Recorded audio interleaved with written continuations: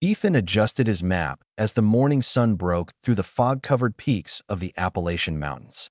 The group of 5 hikers had spent months planning this expedition, determined to uncover the truth behind the legends of Ridge Hollow. Locals spoke in hushed tones about those who vanished along the Vanished Trail, a path that supposedly appeared only to those it chose. Claire recorded everything for her travel vlog, eager for viral fame. Mason, ever skeptical, carried his old military knife, while Lily and Ryan followed closely, uneasy. As they walked deeper into the woods, birds stopped singing, and the air grew unnaturally still. The trail narrowed into unfamiliar terrain, and their GPS screens flickered with static. A rotting wooden sign appeared ahead, half buried in moss. It read, barely legible under grime and age, Ridge Hollow, population 214. But there was no sound, no movement, no sign of life. The deeper they went, the quieter the forest became, until even their footsteps seemed to echo too loudly.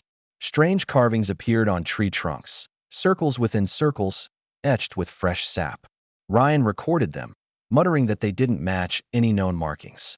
Then, just before dusk, they found it, a rusted signpost emerging from tangled vines, welcoming them to Ridge Hollow. The ghost town stood silent, its buildings crooked and hollow-eyed, roofs caved under decades of decay. That night, as they set up camp, distant metallic sounds broke the silence, clanks and groans echoing through the mountains. Claire's recorder captured faint voices, whispering in unison. Ryan replayed the audio, eyes widening. The tape, though, wasn't old. It was brand new, dated that very day. Something unseen was watching them from the dark pines, moving closer with every breath they took. The forest, somehow, was alive. By morning, Ridge Hollow looked different. The church that had stood at the end of the street now faced the opposite direction. Mason swore they'd pitched camp near a gas station, but it was gone, replaced by an ancient well. Claire checked her camera footage from the night before and froze. Someone had recorded them sleeping, yet no one admitted to it. Lily found an old journal in a half-buried shack, its pages describing a mining expedition in 1922. The miners had uncovered a tunnel that led beyond the living world. They called it the descent.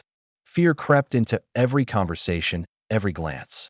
When Ethan tried to lead them out, every path curved back toward the same house, its door now slightly open, though none of them had touched it. As the wind howled through the empty streets, whispers followed. You shouldn't have come here. Ridge Hollow wasn't abandoned. It was waiting. Sleep became impossible.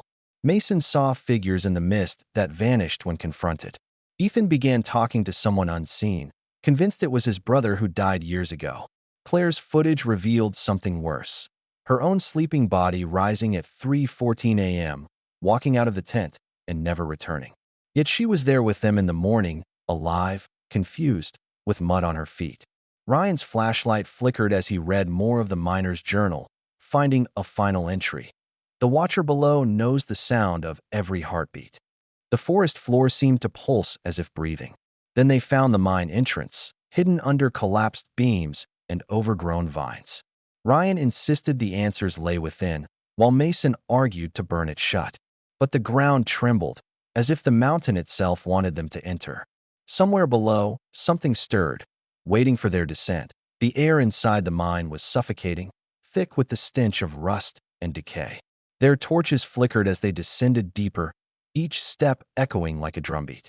The walls were lined with carvings, faces twisted in agony, eyes hollowed out.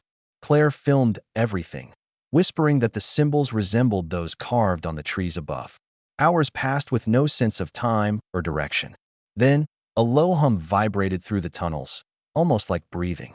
They entered a vast chamber filled with spirals of human bones arranged with eerie precision. Ryan found an old pickaxe embedded in the wall, its handle freshly wet with blood. Behind it, a mural depicted a monstrous figure covered in eyes. The miners had called it the Watcher Below. Mason panicked and turned back, only to find the tunnel they came from sealed shut by solid rock. The mine was alive, and it didn't want them leaving. Darkness became a living thing, whispering their names in every echo. The Watcher Below moved unseen, its presence felt in vibrations through the earth. Lily vanished during a flash of torchlight, her scream fading into endless echoes. Ethan found her bag, torn and dripping with black sludge that reeked of iron. Ryan's voice cracked as he translated another miner's note. The deeper you go, the more it remembers you. They realized the mine wasn't just a tunnel. It was a passage into something sentient, feeding on fear. Claire's camera caught a figure crawling across the ceiling, eyes glowing like fireflies. It whispered, "You were always meant to come back." Panic took over. They ran through twisting corridors, but every turn brought them back to the same chamber of bones. The Watcher was no longer beneath them. It was inside the walls, and it was listening. Their lights flickered out, leaving only a dim glow from strange markings on the tunnel walls. The symbols pulsed faintly, showing them the way forward. Claire followed the patterns, believing they led to the surface. Ryan stayed behind, his voice trembling as he read aloud one final line from the journal.